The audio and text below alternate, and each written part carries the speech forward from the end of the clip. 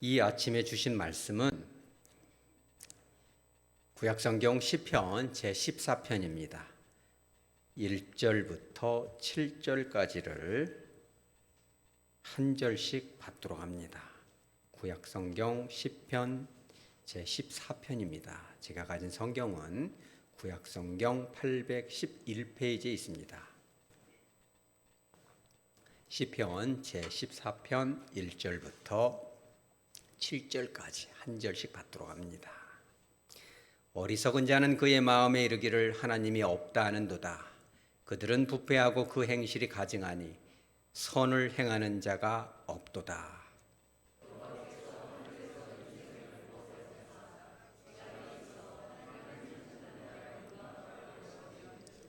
다 치우쳐 함께 더러운 자가 되고 선을 행하는 자가 없으니 하나도 없도다.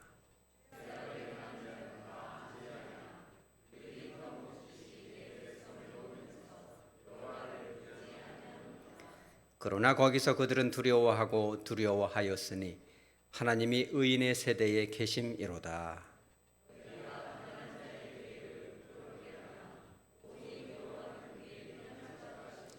다 같이 이스라엘의 구원이 시온에서 나오기를 원하노다. 여호와께서 그의 백성을 포로된 곳에서 돌이키실 때에 야곱이 즐거워하고 이스라엘이 기뻐하리로다. 아멘. 잠깐 기도합니다. 거룩하신 하나님, 이 아침 주님의 단 위에 섰사오니 성령 하나님께서 힘 주시고 능력 주셔서 하나님 아버지의 그 뜻과 소원을 바르게 전달할 수 있도록 함께하여 주시옵소서. 말씀 듣는 하백의 권속들 마음을 온유하고 겸손하게 하여 주셔서 주님의 음성으로 바르게 들리워지게 하여 주시고 말씀을 붙들고 승리하는 영광의 백성들 다 되게 하여 주시옵소서.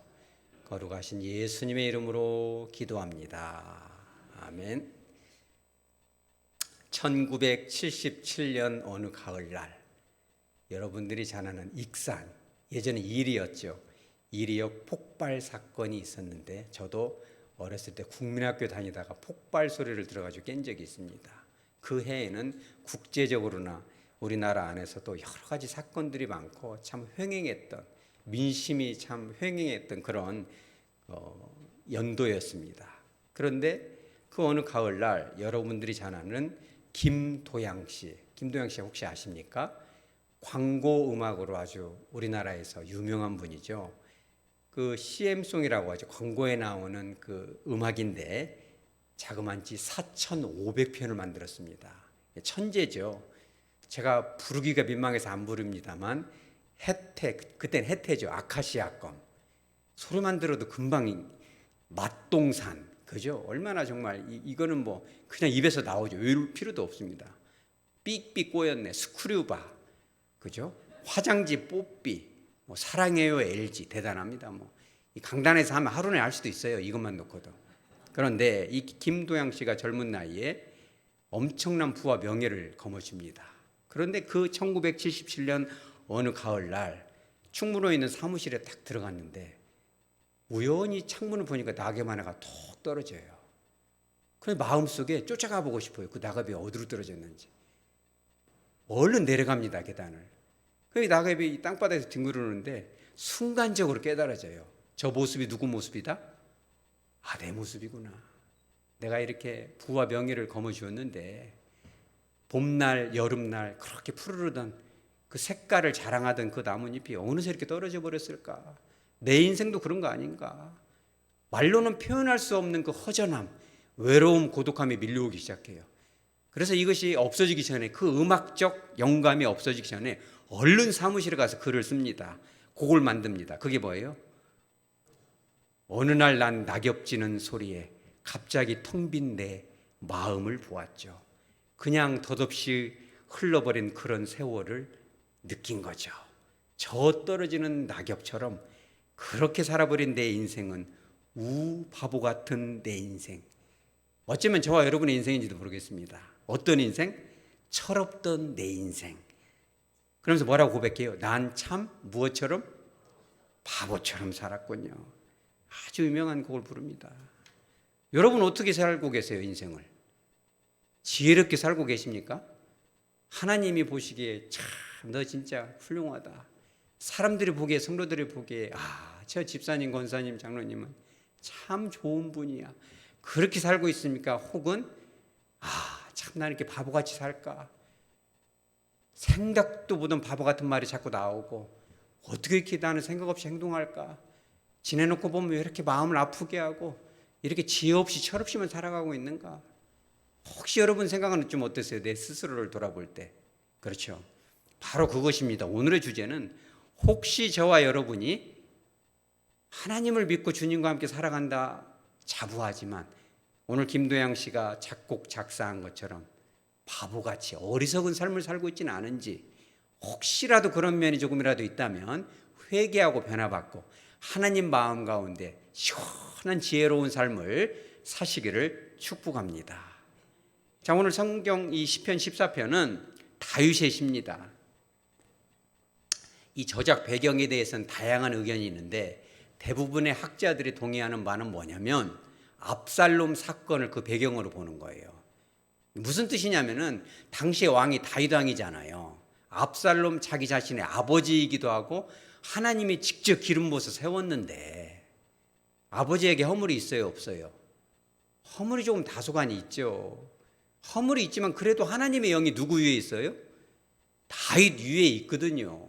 허물이 있지만 하나님의 영광이 다윗 위에 있기 때문에 그 아버지를 존중해야 맞은데 사탄의 영이 들어가니까는 아버지를 뒤에서 회방을 하고 비난을 하고 말을 돌려서 민심을 빼돌려가지고 자기가 왕이 되는 반역을 일으킵니다. 그러니까 사실 이 시편 14편은 뭐냐면 다윗이 누구의 예를 들어요? 가장 사랑했던 자기 아들의 예를 딱 들어서 여러분들은 그렇게 살면 안 됩니다. 내 아들처럼 살면 안 됩니다. 여러분 그런 고백하기가 쉬워요, 어려워요? 어렵죠. 자기 자식 칭찬하고 싶고 자기 자식이 잘못해서 우리 아들은 그럴 사람 아니야. 뉴스 보면 다 그런 소리 하잖아요. 흉악범내 부모님들도 다 그렇게 얘기합니다. 우리 아들은 절대 그런 아들이 아닙니다. 다 그렇게 얘기를 해요. 그런데 다윗은 하나님 앞에 우리 아들처럼 살면 안 되는 것입니다. 그렇죠. 하나님이 기름 부어 세운 그 왕의 그 아들인데 그 아들을 가장 사랑했는데 하나님을 여호와를 가장 가까이 해야 될 그 아들이 어떻게 이렇게 어리석은 삶을 살았을까? 후대의 저와 여러분은 그렇게 살지 말라는 겁니다. 그러면서 그 어리석은 자는 1절에 보면은 어리석은 자는 이렇게 시작을 해요. 근데 어리석은 자라는 이 히브리 단어가 뭐겠어요? 나발이라는 단어입니다. 많이 들어봤나요? 그렇죠. 이 어리석은 자라는 이 히브리 단어 자체가 다윗한테는 엄청나게 이 트라우마가 있는 단어예요. 왜 그러냐면 한때 도망 다닐 때 갈멜 지역에 한 부자가 있었어요. 양은 3,000마리요, 염소가 1,000마리인데, 근데 그 사람들을 다윗의 일행이 지켜줬거든요.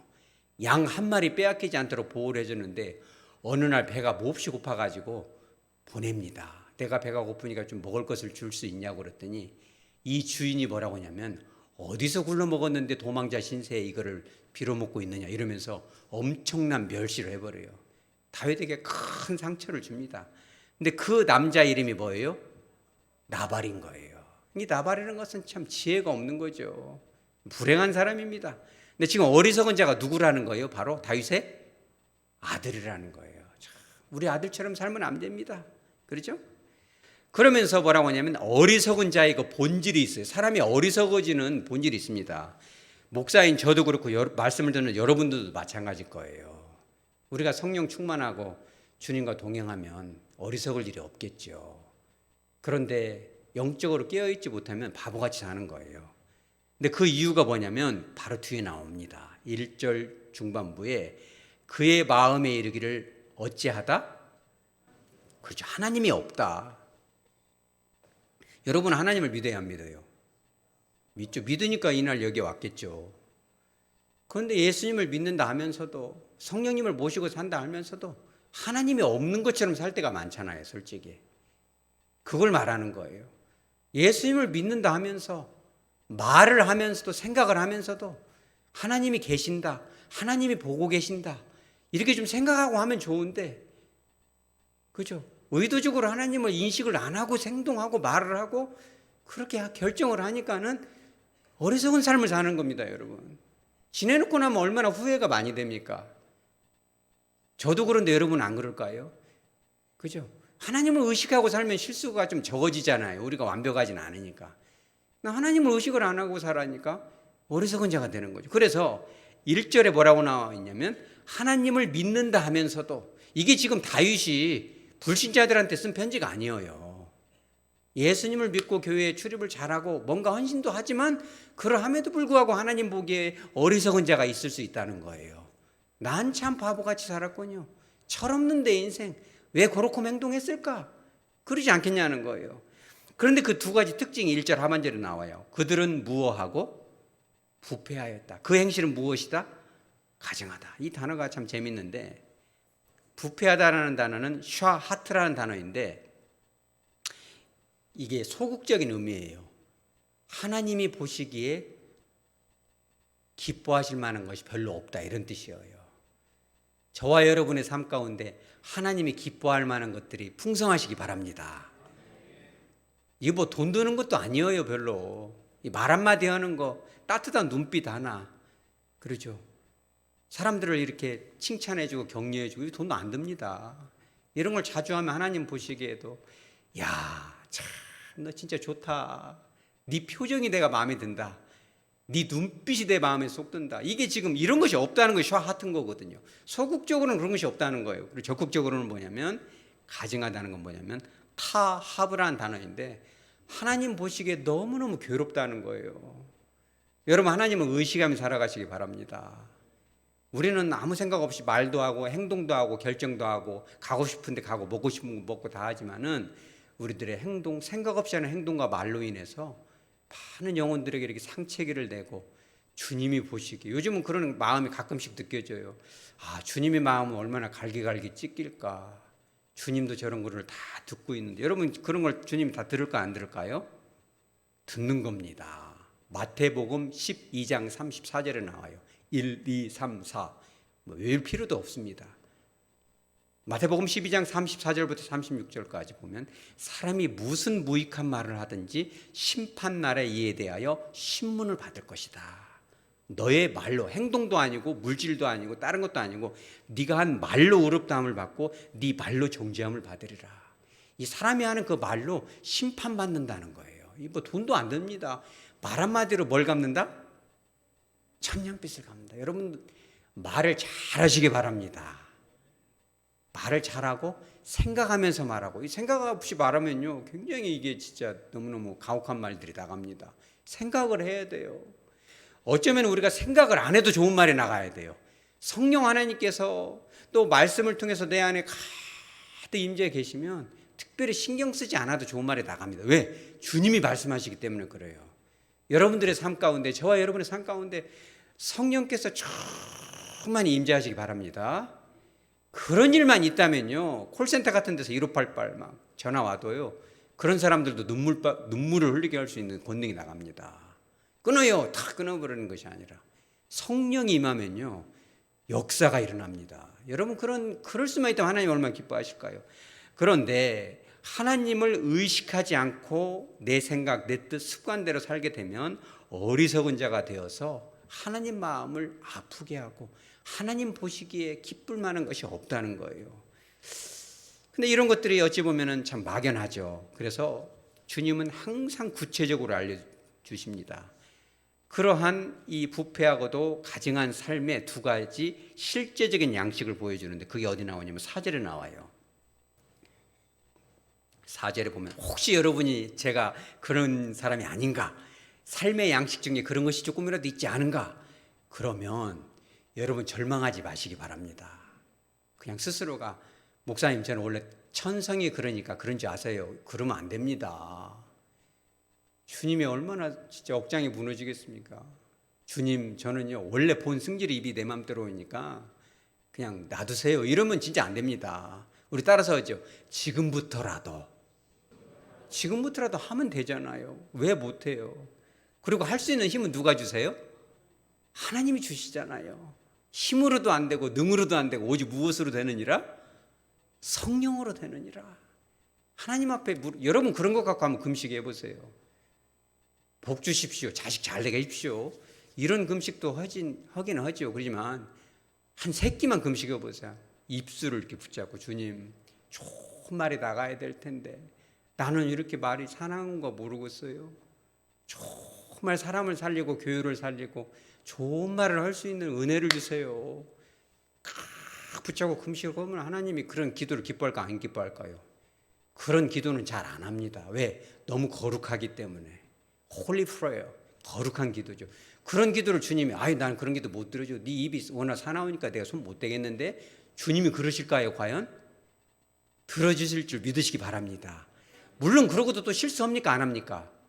또 실수합니다. 그러면 또 주님 앞에 간절히 기도하고 혹시 내 발로 상처를 줬으면 찾아가서 구른 산이라도 좀 사고 가서 드드닥 뜯어주면서 입이 방정이요. 그 앞에서 입도 한번 3번 때려 한 대 갖고는 부족하니까 탁탁 3대 때리면서 참 잘못했습니다 이렇게 오고 집에 와서 또 금식 한 끼 다 하고 주님 안 하려고 하는데 이렇게 입이 방정입니다. 어쩌면 좋을까요? 십자가에 못 박은 그 거룩한 피로 내 입술 좀 씻어주세요 주님. 그럼 주님은 그 기도 들어줄까 안 들어줄까요? 여러분 믿음이 좀 부족하신 모양입니다. 들어주는 것입니다. 점점 주님을 닮아가는 거죠. 그래서 이 4절에 보면 이런 거 나와요. 죄악을 행하는 자는 다 무지하냐. 그들이 뭘 한다? 떡 먹듯이 내 백성을 먹는다. 이런 말이 나와요. 백성을 먹는다는 거 뭐예요? 식인종이라는 뜻입니까? 문학적인 표현이에요. 성경 안에 이런 게 되게 많습니다. 이런 것은 목사인 제가 알려드리겠습니다. 떡 먹듯이 내 백성을 먹는다. 어리석은 자들 이게 무슨 뜻이냐면 떡 먹듯이 한다는 건 뭐냐면 우리는 밥을 먹지만 그들은 떡을 먹잖아요. 이게 밥 먹듯이 한다. 이게 뭔 뜻이에요? 습관이 됐다는 거예요. 그러니까 인지를 못해요. 뭔 말을 하고도 그것이 상대편한테 진짜 불쾌하다는 것을 인지를 못해 이게. 왜? 밥 먹듯이 해버리니까 이게. 이거 진짜 심각한 겁니다. 혹시라도 여러분은 인정하고 싶지 않지만 남들이 그런 얘기를 해주면 여러분들이 잘 새겨들어야 돼요. 왜? 오늘 주님께서 말씀하시기 때문에 그래요. 부분. 여러분 꼭 기억하시기 바랍니다. 습관적으로 밥 먹듯이 하는 것이 뭐냐면 내 백성을 뭐 한다? 먹는도다. 잡아먹는다는 거예요. 그건 식인종처럼 잡아먹는 이런 뜻이 아니라 첫째는 뭐냐면 직간접적으로 물질적으로나 이런 손해를 끼친다는 거예요. 교회 안에서도 그럴 수 있습니다. 물질적인 좋지 않은 목적을 가지고 접근하는 사람들이 있어요, 없어요? 있습니다. 여러분들 잘 분별해야 돼요. 교회 안에 분별해야 됩니다. 목회자들 중에서도 그런 분들이 있을 수 있겠습니다. 제 안에도 있을 수 있겠어요. 여러분들이 꾸짖어 주시기 바랍니다. 성도들 안에도 그럴 수 있어요. 그런 어떤 물질적인 영업 목적으로 접근하는 사람들이 있어요, 없어요? 있는 것이에요. 그래서 그런 거룩을 핑계로 뭔가는 이렇게 야망을 채우려는 사람들이 들어올 수 있다는 거예요. 얼마나 이거 정말 주님이 싫어하는 것이 이런 거예요. 내 백성을 먹는구나. 교회에 거룩한 헌금을 먹는구나. 얼마나 우리는 교회에 이 헌금 한 푼 쓸 때도 두렵고 떨리는 마음으로 써야 되죠. 이런 거 필요한 겁니다. 이거 정말 잘못된 거죠. 이런 마음을 조금이라도 품었다고 한다면. 그러나 이것이 또 하나의 뜻은 뭐냐면 밥 먹듯이 습관적으로 영혼을 괴롭게 한다는 뜻이에요. 여러분 잘 생각하시기 바랍니다. 이런 것을 알려면 여러분들이 물어봐야 알아요. 저한테는 물어보지 마시기 바랍니다. 저는 별로 얘기 안 하고 싶으니까. 여러분들끼리 좀 같은 구역 안에서나 다른 구역을 이렇게 교차적으로 물어보세요. 권사님, 집사님, 혹시 저의 언어나 삶이나 눈빛을 통해서 뭔가 좀 괴롭게 하는 것이 있습니까? 물어보세요. 물어볼 수 있으면 진짜 훌륭한 사람입니다. 근데 별로 잘 안 물어봅니다. 왜냐하면 그걸 인정을 안 하기 때문에. 근데 주님께서는 그거를 지금 원하고 있는 거예요. 그런 것들을 좀 바르게 인지해서 변화되면 좋겠구나. 그죠? 너희들의 습관이 좀 고쳐지면 좋겠구나. 왜? 그게 하나님이 원하시는 거고 그게 가정이 살아갈 길이고 그것이 바로 교회가 부흥될 수 있는 가장 중요한 핵심이기 때문에 그래요. 혹시라도 여러분 안에 그런 게 있다면 여러분들 회개하고 여러분들 중에 혹시 절망하는 분들이 있는지 모르겠습니다. 아이고, 나는 입으로 죄를 많이 져서 용서받기 어려워요. 여러분 그러면 안 돼요. 따라서 하죠. 이제부터라도 하면 되는 것입니다. 주님 앞에 무릎 꿇고 간지러하게 하고 남은 인생 말 한마디로 천년빛 같고 사람들을 살릴 수 있는 그런 언어 생활을 하게 해 주시옵소서 기도하는 거예요. 지난주 월요일 날 이런 일이 있었습니다. 7월 17일 날 서울 광진구에서 서초구로 가는 버스가 한 대 있었는데 4212번 버스, 우신 운수 송재일 기사님이 모는 버스였습니다. 개인정보지만 뉴스에 나왔으니까 하는 것입니다. 이름까지 나왔습니다. MBC에. 버스를 탔는데 흰 자켓을 입은 한 여자가 탑니다. 아침 일찍. 딱 되니까 띡 소리가 안 나요. 왜 그래요? 카드에 돈이 없어요. 뒤적뒤적해요. 여자가 막 당황을 합니다. 어쩔 줄을 몰라요. 그런데 기사가 뭐라고 그래요? 송재일 기사님이 괜찮습니다. 일단 타십시오. 태웁니다. 여자가 어쩔 줄을 몰라요. 그 돈 1,300원. 우리 따라서 하죠. 1,300원. 자, 이 1,300원 그냥 타세요. 괜찮습니다. 일단 타시죠. 그러니까 여자가 아이고 고맙습니다. 내릴 때도 아이고 고맙습니다. 그러니까는 그 기사님이 너무나 공손하게 그 1,300원 때문에 고맙다고 하니까 아이고 됐다고요. 가시면 됩니다. 다음에 보자고요. 다 뜨뜻하게 말을 해줘요. 그런데 정확히 이틀 후에 지난주 수요일 날 이 운수, 우신 운수로 뭐가 도착하냐면 음료수 10박스가 도착하는데 마동석이 피곤해 타 그거 다다닥 구른산이거든요. 제가 정확히 봤거든요. 그거를 한 박스에 30병이 들어가는데 10박스가 왔으니까 몇 병이에요? 300병이 와요.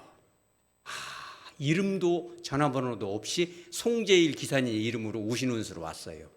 자기 이름을 밝히지 않았어요. 여성이. 너무 고마워서 보냈다는데 기자가 갔습니다. 그랬더니 기사님이 뭐라고 하는지 아세요? 아이고 미안해요. 제가 우리야 당연히 할 소리를 한 것뿐인데 기사로서 당연히 할 것을 한 것인데 1,300원이 그것이 무엇이다고 몇백 배를 보내요. 이것이 한두 박스만 보내도 되는데 내가 너무 미안하다고 그 1,300원 때문에. 그러니까 이것이 이제 기사 올라가니까 다 댓글이 올라왔는데 1,몇백 개를 제가 다는 아니고 한 800개는 읽은 것 같아요. 숫자를 세보지 않았는데 거기에 이런 사연들이 올라왔어요. 뭐라고 하냐면 저도 그 옛날 1,300원 없어가지고 어쩔 줄 몰라 했는데 어떤 기사님이 내리시오! 그래가지고 말이에요. 내린 적이 있었고 막 화를 하고 내고 막 중간에 쫓아버리고 막 그래가지고.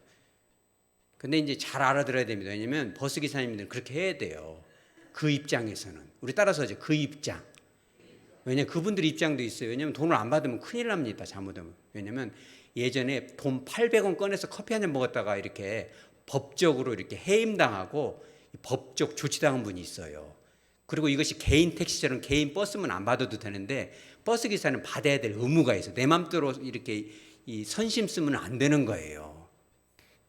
그러니까는 이제 그렇게 했지만 그도 좀 내리세요. 이러면 되는데 막 화를 내고 막 망신을 주고 그것이 뭐 1,300만 원도 아니고 1,300원 때문에 막 상처를 받아가지고 막 어떤 사람은 막 그런 글도 올렸더라고요. 막 학생들보다 있는데 내 나이 50살인데 평생에 험한 꼴 당했다고 막 거짓 꼴 당해하고 중간에 내렸는데 어떤 사람은 5,000원 되니까 돈 바꿔서 오라고 내려 쫓아버리는 경우도 있고 아마 버스 기사님들 입장도 이해가 됩니다. 왜냐하면 승객들 중에서도 진상들도 있잖아요. 별의별 사람이 다 많으니까 화도 났겠죠. 이해도 됩니다만 이 기사님은 너무 좋은 분이죠. 그런 면에서 아이고 괜찮아요. 우리 한번 따라서 해보죠. 괜찮아요. 얼마나 좋은 말이에요. 말 한마디지만 그 여자가 얼마나 고마웠으면 그것을 갖다가 300병을 보냈겠어요. 정말 300용사 아니에요. 이게 한 병, 두 병, 100병도 아니고 말이에요. 얼마나 고마워. 어떤 분이 또 그런 댓글도 썼더라고요. 제가요 버스만 타면 1,000원짜리 바꿔서 꼭 타요. 그래요. 그 뭐라고 썼냐면 이렇게 썼어요. 제가 젊은 시절 학생 때 버스를 타는데 돈이 회수권이 없어가지고 막 기사님이 막 욕짓거리를 하려고 딱 입을 들려들고 욕을 하려고 하는 찰나에 어떤 분이 딱 와서 말하지 말라고 욕하지 말라고 하면서 대신 회수권을 딱 내줬어요. 그러면서 뭐라고 하냐. 학생도 이렇게 나중에 크면은 딱 한 번이라도 이런 좋은 일 하면 좋겠다고. 그것이 기억이 남아가지고. 여러분 봐보세요. 얼마나 좋습니까? 근데 댓글에다 이렇게 쓴 사람도 꽤 많더라고요. 이 사람 구속시켜야겠구만. 이렇게도 쓰고, 돈을 안 받은 사람 이 사람 해고시켜야 돼. 집버스도 아닌데 개인 택시야? 이러면서 이런 사람들도 있더라고요. 여러분 좋아요, 안 좋아요? 근데 꽤 많더라고요, 그런 글도요. 그래서 이 운수 회사에서 입장문을 냈어요. 뭐라고 했냐면, 이 기사님은 정말 좋은 기사님이고 우신 운수. 저도 이거 좀 읽다가 좀 울었습니다. 왜냐하면 저도 그런 상처가 좀 있거든요. 계좌번호, 이 명함을 만들었어요. 우신 운수에서 계좌번호가 적힌 명함을 했는데 뭐라고 하냐면, 혹시 돈을 깜빡 잊어버려 그 1,300원이 뭐라고, 잊어버린 분들을 위해서 그걸 주는 거예요. 여기로 그냥 입금하시라고. 이렇게 했는데 입금 안 할 사람이 어디가 있어 세상에. 그잖아요. 그리고 그 명함에다가 뭐라고 써놨냐면, 혹시라도 이 승객이 수치심을 느낄까 봐 이렇게 써놨어요. 승객의 안전과 편의를 위해 최선을 다하겠습니다. 그 승객한테 그렇게 하는 거예요. 돈을 안 가져와가지고 창피한데 그렇게 써서 주는 거예요. 그러면서 우신운수에서 우리는 지금 이렇게 오고 있으니까 기사 욕하지 말라는 거예요. 할렐루야. 여러분, 이런 것이 복음입니다. 제가 설교 준비하면서 좀 한바탕 울을 거를 참았어요. 오늘 오전에도.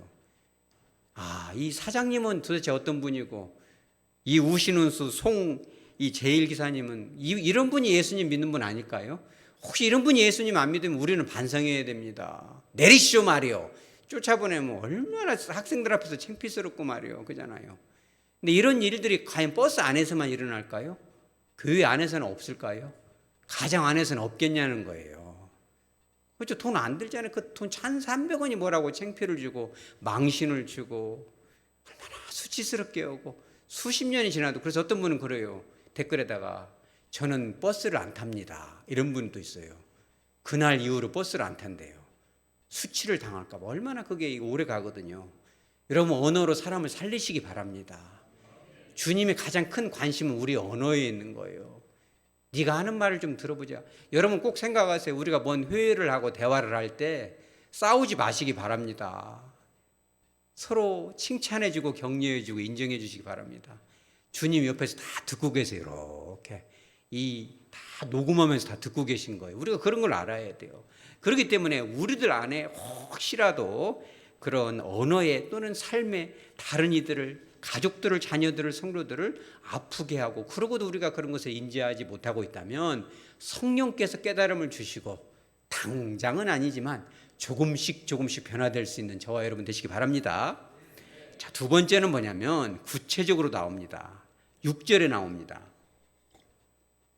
너희가 가난한 자의 계획을 어떻게 한다? 부끄럽게 한다. 참, 이것도 참 가슴에 맺히는 표현이에요. 가난한 자의 계획을 부끄럽게 한다는 거에서 이 계획의 애차라는 히브리어인데, 이게 뭐냐면 그냥 삶의 큰 계획, 내가 어느 대학을 가서 뭐가 돼, 이런 계획뿐만 아니라 일상생활에서 하는 크고 작은 계획을 다 말하는 거예요. 쉽게 말해서 이런 거예요. 마트를 갔어요. 가면은 부부간에 마트를 가요. 그러면은 남편이 여보 수박이 먹고 싶어. 그럼 아내가 정신없는 소리 하네. 요즘 비가 왔고 수박이 어디가 맛있어? 팍 혼내버. 이런 계획인 게, 남편한테는 그런 계획이 있어요. 수박을 먹고 싶은 계획. 그러니까 아주 사소한 것까지 다 들어간 것이 무엇이다? 애차라는 단어예요. 그런데 이런 계획, 큰 계획이든 작은 계획이든 내가 하고 싶은 그런 것이 있잖아요. 사람은 하고 싶은 것을 하면서 살아야 시원한 거예요. 그것이 나쁘고 악한 것이 아니라면 먹고 싶은 걸 먹게끔 해줘야 되고, 하고 싶은 걸 하게 해줘야 되고, 가고 싶은 데를 가게 해줘야 돼요. 여러분 꼭 그렇게 하시기 바랍니다. 물론 그게 성경적인 가치나 잘못된 도덕적인 것이 있다면 못하게 해야겠지만, 사소한 것은 꼭 그런 소원을 들어주시기 바랍니다. 그런데 이 악인들의 특징은 뭐냐? 가난한 자의 그런 애차, 그런 계획을 어떻게 한다? 부끄럽게 한다. 이 부끄럽게 한다라는 단어가 히브리어로 뿌시라는 단어인데, 이 듣기에도 좀 어감이 안 좋아요. 뿌시. 뭐냐면은 창피를 주다 이런 뜻이 있고, 하고 싶은 걸 못하게 하다 이런 뜻이 있어요. 근데 더 재밌는 것은 이 뿌시라는 단어를 여기서 어떤 시제로 썼어요? 히브리어에 굉장히 기가 막힌 표현이 있어요. 뭐예요? 미완료형. 이거 진짜 가슴 아픈 겁니다. 이 뿌시를 미완료형. 뿌시로 한 번 한다는 거, 두 번 한다는 거예요? 계속 한다는 거예요. 이 상담의 세계에 들어가 보면 그런 가정들 꽤 많습니다. 부모가 자식을 괴롭게 하고 어떻게 해요? 길을 꺾어버려요. 그냥 말부터도 그런 말 많잖아요. 뭐헐 멋이야, 뭐헐 멋이야. 그래서 아빠 나 뭐 이거 하고 싶어 그러면 5년간 네가 하겠냐 이 아이 뭐야 이러면서 따뜻하게는 말 안 하잖아요. 막 길을 꺾고 뭐 한다면 막 혼내고 한 번 해도 될 말을 막 30분씩 하고 막 손 들고 서 있게 만들고 막 후드를 패고. 사랑의 매는 없는 거예요 사실은. 그죠? 사랑의 매는 누구만 때릴 수 있어요? 주님만 때릴 수 있어요. 우리는요 막 시원하라고 때리는 것 같아요. 막 때려도 더 화가 나갖고 가차가 없어요. 그러니까 우리가 가정 안에서도 얼마나 정말 이 자녀들 아프게 합니까? 어떻게 해요 이거를? 미완료용으로 해요. 왜? 끝이 없어. 그러니까 애들이 집에를 안 들어오고 뭘 해요? 가출을 하는 거예요. 여러분 가출을 왜 하냐면 뿌시가 미완료용이니 가출을 하는 거예요. 부부간에도 그래, 내요간에도 남편이 뿌시로거나 아니면 아내가 뿌시오면 집에 안 들어가고 계속 집 밖에서 맴돌아요. 왜? 들어가면 잔소리를 하니까. 너무나 듣기가 싫잖아요. 한두 번이면 좋은데 밥 먹듯이 그것이 반복이 되고 들은데 또 들으면 너무너무 상처가 되잖아요. 근데 그 사람은 인지를 못 하잖아요 이게. 여러분 교회는 또 어떨까요? 교회 안에서도 항상 이렇게 이게 좀 거칠고, 우리 교회는 그런 분들이 없어서 참 주님의 은혜인데, 그러면 얼마나 이게 마음이 아프겠어요. 그죠? 뿌시. 그러니까 뭔가 좀 잘하려고 하면 다 꺾어버리고, 말하자면은 공개적으로 망신을 준다거나 길을 꺾어버린다. 이게 참 잘못된 문화가 있어. 우리나라 안에 뭐냐면, 칭찬하면 무엇이 나빠진다? 칭찬하면 버릇이 나빠진대요. 세상에 칭찬하면 버릇이 나빠지면은 예수님은 혼이나 해야겠네요. 그죠? 베드로한테 뭐라고 했어요 예수님이? 너는 무엇이다? 조금 있으면 막 예수님한테 너는 사탄이다 막 뒤로 부르거라고 혼나잖아. 예수님 다 그거 알고 있죠. 뭐라고 그죠? 시몬 뭐야? 넌 베드로라고 베드로가 왜 반석이잖아요. 내가 네 이름 위에 교회를 짓는다고. 얼마나 진짜 베드로가 기분이 어떻겠어요. 막 베드로 부를 때마다 진짜 기분 좋죠. 진짜 이 칭찬하면 베드로가 여러분 생각해 보세요. 막 혼내고 막 공개적으로 망신을 줘서 당신 진짜 제일로 잘못했어요. 진짜 그러면 안 돼요. 그러면 아이고 내가 진짜 잘못했고 진짜 죽일 놈이구나. 앞으로 똑바로 살아야지. 여러분 사람 그렇게 합니까? 안 합니까? 안 하는 것입니다. 그렇게 하는 거 아니에요. 사람은 언제 바뀌어요? 우리 따라서죠. 믿어줄 때 바뀌는 거예요. 예수님도 베드로야, 그죠? 혼내고 싶을 때도 딱 하나 물어보잖아요. 네가 나를 사랑하느냐? 그죠? 베드로야 부르는 것이 뭐냐면, 주변에 있는 11제자도 다 알잖아요. 베드로의 그 성질을. 얼마나 성질이 고약해요. 베드로 막 물속으로도 푹 들어가고 막 굴속으로도 푹 들어가고 막 칼로 탁 쳐버리고 막 얼마나 성질이 고약하잖아요.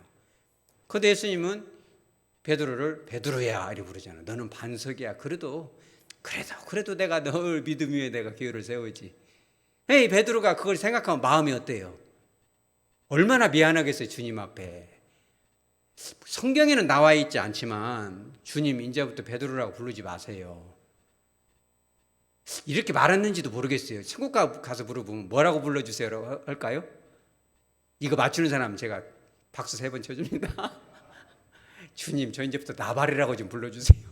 내가 진짜 어리석은 놈입니다. 그러니까 예수님이 베드로야 불러주면 그게 얼마나 큰 칭찬이잖아요. 너는 반석이다. 든든하다. 흔들리지 않는다. 여러분 칭찬이 사람을 살리는 겁니다. 여기서 그걸 말하고 있는 거예요. 그죠? 괜찮아. 나도 그랬어. 실수할 수 있는 거지. 그죠? 참 중요한 것입니다. 여러분 꼭 기억하시기 바랍니다. 우리들의 삶이 정말 바보 같은 삶이 되는가? 혹은 지혜로운 삶이 되는가? 집에 가서 가만히 생각해 보세요. 오늘 이 노래, 그죠? 김도양 씨가 이 작곡 작사한 난 참 바보처럼 살았군요. 그 노래를 가장 처음 부른 사람이 누군지 알아요? 김도양 씨도 불렀지만은 누가 불렀냐면 그거를 이종용이라는 가수가 불렀어요. 들어보셨습니까? 이종용이라는 가수가 겨울 아이도 불렀고 너라는 노래를 불렀는데, 이거는 참 MT 놀러 가면 꼭 부르는 노래고 저도 불렀습니다. 잠깐 불러주면 낙엽지던 그 숲속에 파란 바닷가. 여러분 들어봤어요? 안 들어봤어요? 안 들어봤으면 간첩 신고 들어갑니다. 별빛 같은 눈망울로 영혼을 약속하며 그 처녀 총각들이 MT 가면 막 쳐다보면서 노래 부르잖아요. 별빛 같은 눈망울로 막 나를 위해 기도하던 너. 다 이게 너거든요. 이게 누가 불렀냐면 가수 이종용 씨가 불렀습니다. 이 가수가 아까 말한 그 바보같이 살았군요를 이분이 불렀어요. 또 엄청난 히트를 칩니다. 근데 이분이 원래 어렸을 때 할머니 따라서 교회를 다녔는데 마음속으로 주님 앞에 다짐을 합니다. 예, 제 인생을 주님을 위해서 조금은 살겠습니다라고 다짐을 하고 군대 가서 뭐가 돼요? 우리 교회도 군종병 출신인데 군종병이 됩니다. 그렇게까지 했는데 노래를 잘 부르니까 히트를 쳐요. 잠깐 망각을 해요. 그래가지고 피어서는 안 될 것을 피해. 그게 뭐예요? 대마초를 핍니다. 그래가지고 교도소를 가요. 급기야. 근데 거기서 사형수가 뭘 줘요? 십자가 목걸이를 선물하고 간증하는 것이 다시 무너져요. 그리고 나와서 잠깐 정신 차렸는데 다시 정신을 잃습니다. 왜? 아까 너라는 노래가 엄청난 히트를 쳤기 때문에. 그리고 또 한 번의 히트를 겨울 아이로 히트를 치는데 그때 두려움이 몰려옵니다. 엄청난 두려움이 몰려오는데 그때 1981년 가장 인기 있을 때 미국으로 건너가요. 그리고 단 한 사람도 한국인이 다니지 않던 텍사스에 있는 샌 안토니오 신학교에 들어갑니다. 말이 안 통해서 인종차별 어마어마했습니다. 근데 어느 날 설교를 한번 하는데 미국인들이 어마어마한 은혜를 받아요. 나중에는 우수한 성적으로 이렇게 졸업을 하고 찬양 사역으로 부목사를 좀 하다가 LA에 와서 코너스턴 교회를 개척을 해서 지금도 왕성하게 하고 있습니다. 책 한번 보여주죠. 그러면서 쓴 책이 있어요. 책 제목이 뭐예요? 난 참 바보처럼 살았군요. 여러분, 이런 분이 바보처럼 살았다고 하면 여러분은 저는 바보예요, 바보 아니에요? 저분은 바보처럼 살았고 저와 여러분은 뭐예요? 바본 겁니다. 그러니까 회개를 해야 될까요? 안 해도 될까요? 하시기 바랍니다. 이 주님의 한국한 음성이 들리지 않습니까? 그죠? 자, 이제 꺼주시기 바랍니다. 그것은. 자, 말씀을 정리하도록 합니다. 인생을 살다 보면 오늘 김도양 이 작곡 작사가 그리고 이종용 지금은 이제 목사님이죠. 목사님 되어서도 이 초청 받아가지고 아까 그 노래 너 이런 노래 부르는데 너무 은혜가 되더라고요. 목사님이 그때 불렀던 그 세련된 그 이종용이 아니고 정말 그 눈빛부터도 따뜻하고 좀 주님이 있다면 그런 분이겠구나 부르는데요. 너무너무 은혜가 돼요. 왜냐하면 그 안에 담겨있는 인간의 그 허전함, 외로움이 담겨 있잖아요. 예수 아니면 안 되는 거야. 그렇게 말하고 있는 것 같아요. 그죠? 이런 분들도 저와 여러분도 그럴 거예요. 세월이 다 지나가서 숨 떨어지기 전에 후회하지 마시고, 그죠? 아직 힘 남아있을 때, 활동이 있을 때, 경제력이 있을 때 내가 혹시 어리석게 살고 있지는 않은가? 바보같이 살고 있지는 않은가? 생각 없이 말하고 행동하고 있지는 않은가? 나를 말씀 앞에 깊이 돌아보고 내 안에 남들을 이렇게 애차, 뿌시, 남들을 이렇게 그렇죠 창피를 주고 멸시하고 아픔을 주고 있지는 않은가 돌아보고 정말 하나님을 의식하면서 하나님이 다 듣고 계시지 주님께서 내가 하는 행동과 말과 이런 모든 걸 통해서 영광 받으셔야 될 텐데 이렇게 사시기로 결단하는 저와 여러분 되시기 바랍니다.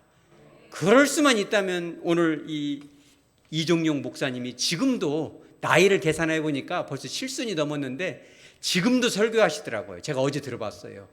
얼마나 가수가 아니고 목사님들도 이 설교 들어보면 알잖아요. 목소리만 들어봐도 주님의 영감이 저기 들어가 있구나. 주님의 간곡함이 설교에 들어있구나. 설교만 들어도 저도 목사지만 마음이 떨리고 제가 저 책 하나 지금 사서 보려고 합니다. 여러분도 사서 한번 보시기 바랍니다. 자기 간증이 녹아져 있어요. 내가 어떻게 바보같이 살았고 어떻게 어리석었는지 어떻게 그 주님을 만나서 지혜를 얻었는지 그죠? 그런 거잖아요. 또 그렇죠. 오늘 송재일 기사님처럼 우신 운수에 뭘 하나 보낼까 이런 생각도 들었어요. 예전에 나에게 창피를 줬던 그 기사님 대신 사과하는 것 같아요. 1,300원이 뭐라고 이걸 보냈어요. 당연히 해야 될 일을 한 건데 얼마나 위로가 됩니까? 그와 같은 언어, 내 삶을 통해서 하나님 주신 지혜를 통해서 교회도 살리고, 그죠?